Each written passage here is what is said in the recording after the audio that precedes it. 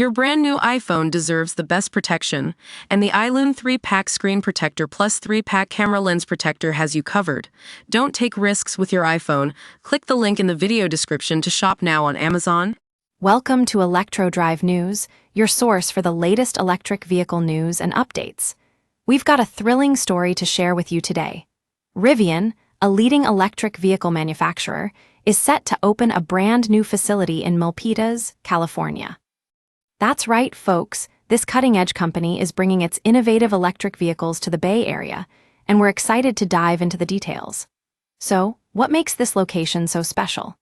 Well, Rivian has chosen 755 Yosemite Drive near Interstate 680 as its new home, a strategic spot that will serve as a hub for inspections, service, sales, leases, and even a pickup area for vehicles.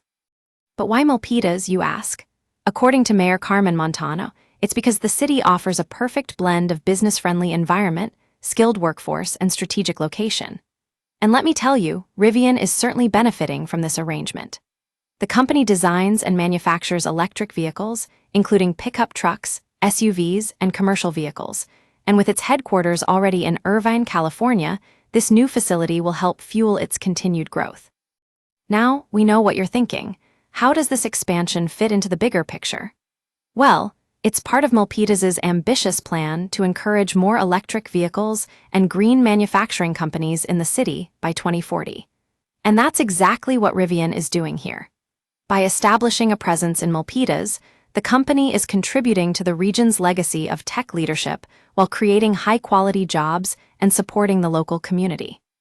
At ElectroDrive News, we're always excited to see innovative companies like Rivian bringing their vision to life. And this facility is no exception. It's a game changer for electric vehicle enthusiasts in the Bay Area. So, stay tuned for more updates on this story and join us next time on ElectroDrive News for all your electric vehicle news needs.